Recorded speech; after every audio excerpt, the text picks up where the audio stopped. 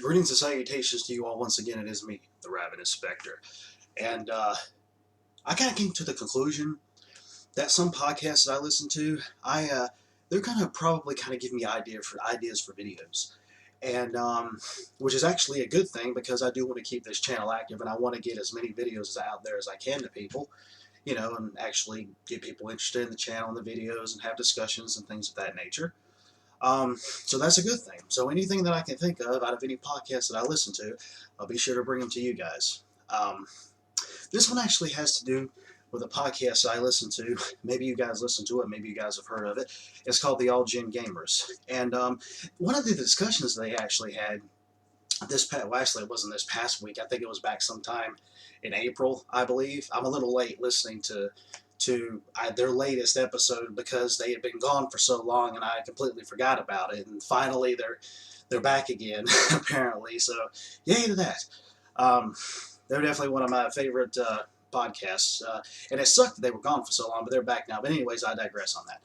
They had one of these discussions where they were talking about how have we really came to a point with gaming where visuals have reached their peak.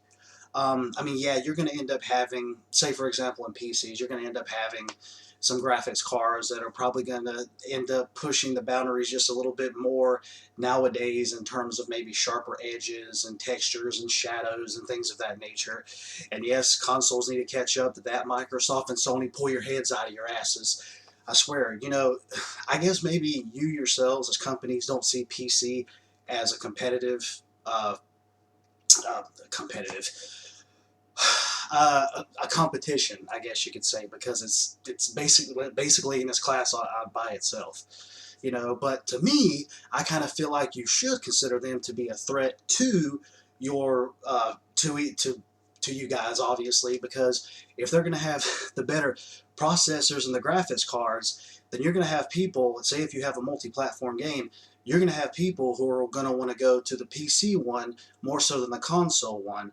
And obviously, that's just an option of personal preference. But you're going to have people who are going to want to do that, say, for if they're really into PC, like with mods, obviously, which you can't get on console. But there are some developers out there that really try to do that, especially like with Fallout 4. The next month, I believe, the mods are supposed to come out for console. So I'm interested to know exactly what that's going to consist of, if that's even going to work properly.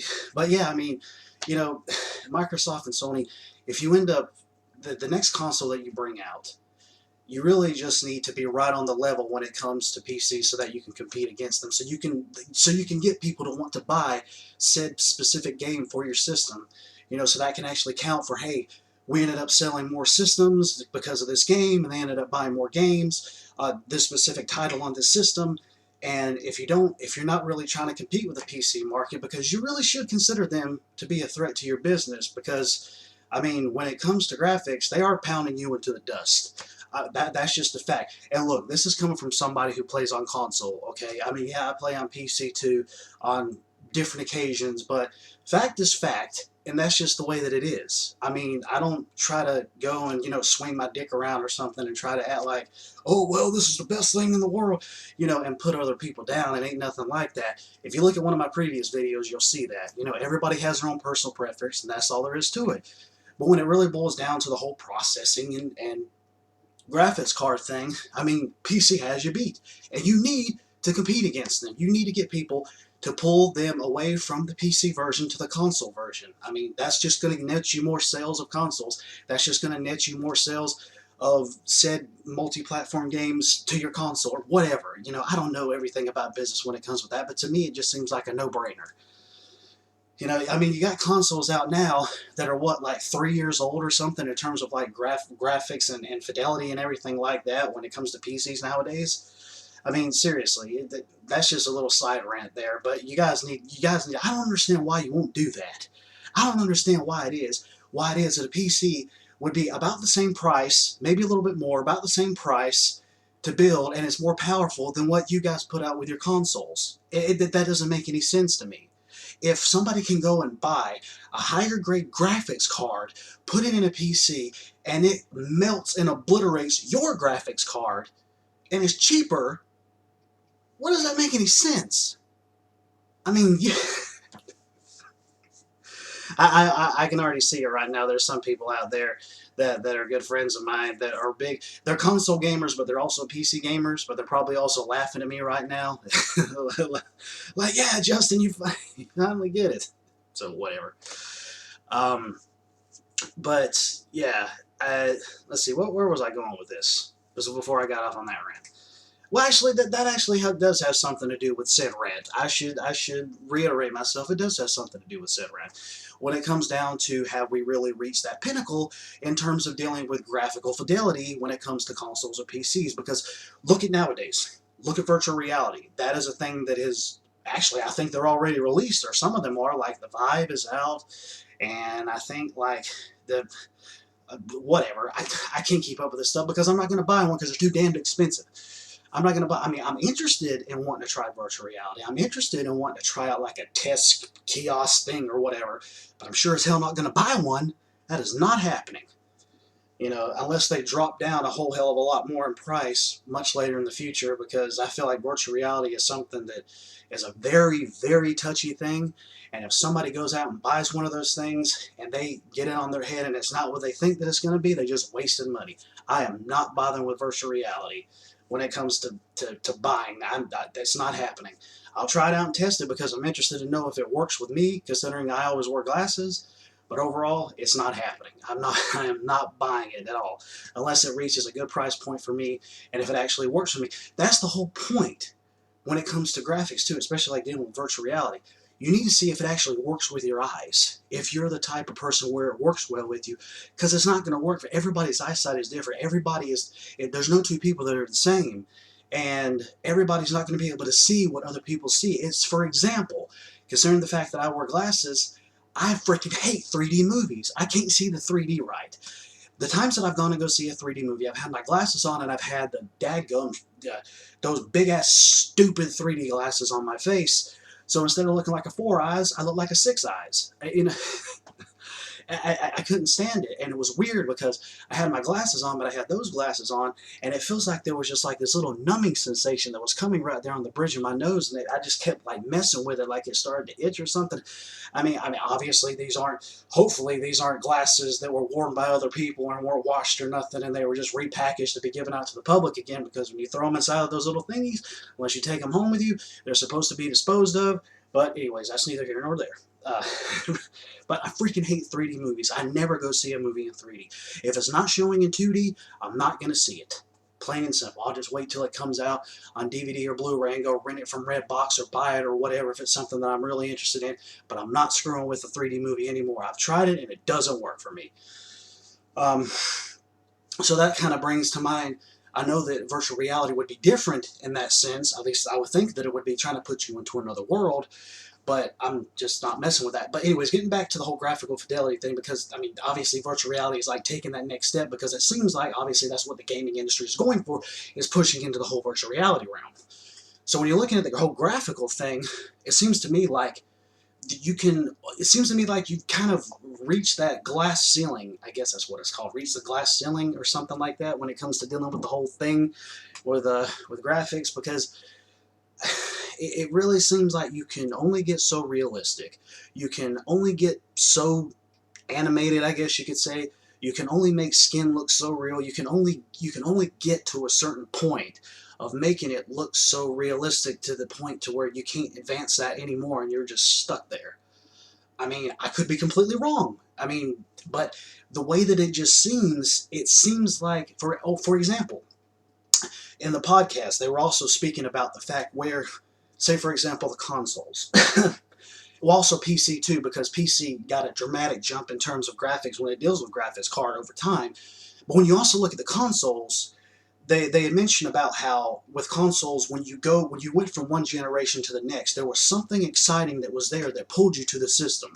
For example, if you went from Nintendo to Super Nintendo, obviously the graphics got better, and that's like an RPG machine from what I've heard, which is, obviously some of those RPGs are extremely freaking expensive right now, and it's bullshit, and I'm not going to bother with them unless I were to find them at a yard sale or garage sale or something, because scalpers can kiss my ass, because that's what they're doing. They're just ripping people off of these things, and I'm not going to bother with them. I'm not freaking bothering with them, which pisses me off even more because I want to play them, but anyways, Fuck you, scalpers. Fuck you. And on that note, if you go from, say, the Super Nintendo to the Nintendo 64, obviously the graphics had gotten better. And the technology was really evolving into something that seemed like it was more realistic. Because if you took the Super Nintendo, you were 2D. You were like in a 2D thing, unless you were looking at like the graphics chip for like Star Fox or Final Fantasy VI, where they kind of use, I think it was called Mode 6 or something like that, where they try to give it like a quasi 3D look or whatever it was, you know, over, just try to make it look 3D, but it was 2D kind of thing. But when you went from that evolution from the Super Nintendo over to the Nintendo 64, everything was polygonal, and you're just like, oh my gosh, you know, this is a dramatic improvement, especially like when the PlayStation came out. When they ended up taking games like, hey, we're not going to mess with cartridges, we're putting them on CD-ROMs, and they ended up doing that. Like, wow, we never knew that this company could do something like that. And then it progressed onward, and the graphics got better, and the technology got better. But now it seems like ever since the PlayStation 3 and the Xbox 360 came out, that seemed like a point where even though the graphics weren't the greatest, when it came to the Xbox One and the PlayStation 4, it didn't really seem like it went too much higher, I think, in terms of graphics. Well, actually, yeah, it did, but it didn't really seem like it was a huge jump or evolution for the console market, is what I'm trying to say. Because like I mentioned before, look at the Nintendo, the Super Nintendo, the Nintendo 64. Funny how I'm going with the whole Nintendo thing, you know, odd as that is. But then again, PlayStation really brought it to the forefront of really putting games on disc on a console inside the home. And it's like, we're not dealing with cartridges, it's just CD-ROMs now, and CDs and whatnot. And so knowing that dramatic jump, and knowing that dramatic evolution from generation to generation when it came to consoles, when the PlayStation 4 and the Xbox One were announced, it didn't seem like there was anything really huge that they really jumped to.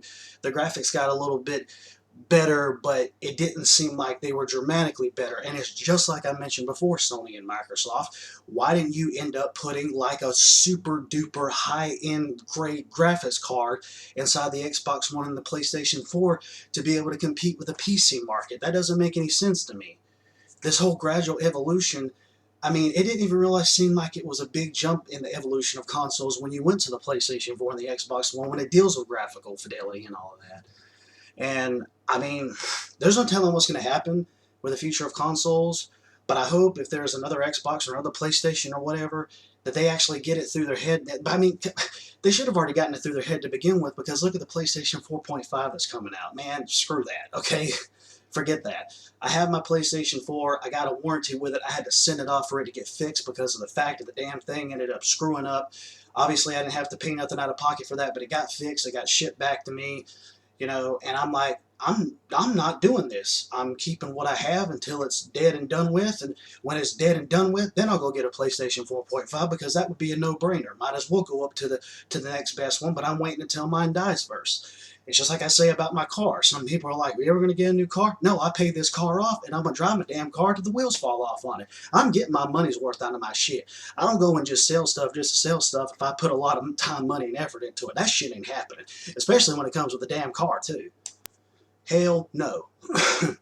There's like some of these other dumbass people that they have a car, but then tax time rolls around. They didn't want to go and get a car. They go and get the car. They only drive it around and test drive it for about 3 months. Then they can't make the payments because they don't have a job to give enough money to be able to make the payments on it, because they spent all their tax money. And then they got to give the car back, when at first they ended up trading in their car to assist in actually getting the car, and now they don't have a car because the car got repossessed. That was a lot to say. Maybe that made sense. I don't really know, but it's a stupid idea. I will not get rid of none of my stuff, especially when it comes to hardware, unless I absolutely have to. And obviously a card is hardware to me. Much money as you put into it, it damn well better. You better drive it to daggum thing rusts apart, and you can't drive it no more, and the wheels fall off and go off in the ditch. That's exactly what I'm going to do. Went off on another spree there. But anyways, the real deal here is, have we really reached that ceiling? You know, and I'm really speaking, I'm not necessarily speaking on terms of, I guess, the console market, but I'm really speaking on the terms of like PC market when it comes to graphics cards. Now, Sony and Microsoft can pull their head out of their ass and actually be up there where the PC market is in terms of freaking graphics card, Sony and Microsoft. They could do that. They should have done that. But now it seems like if PC has probably reached that limit, maybe, then consoles just have to get to that limit. And maybe that's another reason why they're honestly getting on the virtual reality side as well. But I digress there. Um, but yeah, I mean, it's really something to think about. It really is. And I could be completely wrong, but just from my experience and my knowledge, I think maybe we've kind of getting to that point. But it'll still be great to see if I am wrong. Honestly, I would like to be proven wrong because I want to see just how much better graphics can get with PC and console. Wink, wink, nudge, nudge, Microsoft and Sony, for God's sakes. I mean, even Nintendo said that the NX that was coming out was going to be a hell of a lot more powerful than your consoles were. What's that tell you? That tells me that Nintendo is probably finally going to pull their head out of their ass and try to make themselves try to look as best as possible. I mean, hell, we don't even know. They could probably be on the level of PC when it comes to graphics when the NX comes out. We don't know until it happens. But since some of the stuff that I've been hearing and reading about it, oh, it's going to be more powerful than the current gen consoles. We'll have to see what happens with that. But as far as I'm concerned, if that did occur, then Sony and Microsoft, that's just another reason why you need to step up your game, and you should have put like the highest end graphics card you possibly could that your system could handle in your daggum system when it released. Anyways, I'm going to go ahead and end this now because I talked on this a whole hell of a lot longer than I actually had planned to, but I had a lot to discuss because I just had that thought on my mind, and I really wanted to get it out of there, and I wanted, if you guys wanted to discuss it or talk about it or whatever, but it really is something to think about when it comes to the whole graphical field of dealing with games, honestly. But anyways. Oh yeah, in case anybody was wondering about my shirt, I mean, I try to spice it up a little bit. I know I don't have like the best background or nothing like that, so I try to make the camera and everybody kind of really focus on me when I have a shirt on, because I have like a whole bunch of shirts, and I have a couple videos up if you want to check those out of dealing with like my t-shirt collection thus far. And so I try to, spruce it up as best I can, I suppose. I mean, you don't want me to sit here naked or have no shirt on or nothing now, do you? I could do a video like that, but I'm pretty sure you don't want that, and I don't think I would want it either now that I think about it. But yeah, this in case anybody was kind of wondering, if you play World of Warcraft, you can already tell by the symbol there that this is the rogue class from World of Warcraft. And a friend of mine actually got it for me. I don't know how many years ago it was. He got it for me as a Christmas gift, and I really liked it because the rogue class was like, it's funny. Short aside here, it's funny because it was a class that I always played as, or the main class that I played as. It was like my main class, not like my side classes or nothing. And it was like, well, I would play a rogue, not like how I should play a rogue. I kind of play a rogue like a warrior with stealth abilities, which didn't make any freaking sense, which is one reason why I was bandaging my character up so much and trying to gain back my health. Yeah, I didn't really play a rogue properly. I didn't. I should have just stuck with a freaking warrior, which is the one that I was going to start with in the first damn place. But anyways, I don't play World of Warcraft anymore. I don't even know if the new expansion is even going to grab me back in, because even the previous expansion didn't really get me. So, I'm probably just done with that MMO. But I had a whole lot of fun times. I could write a book about the people that I met, the guilds that I was in, the adventures I went on, everything from beginning to end, and how wonderfully addictive that it was during that point in time when I really got into it. Excuse me. Anyways, I'm going to go ahead and end this now, because it's a long video. Later, taters. Adios and stuff and things.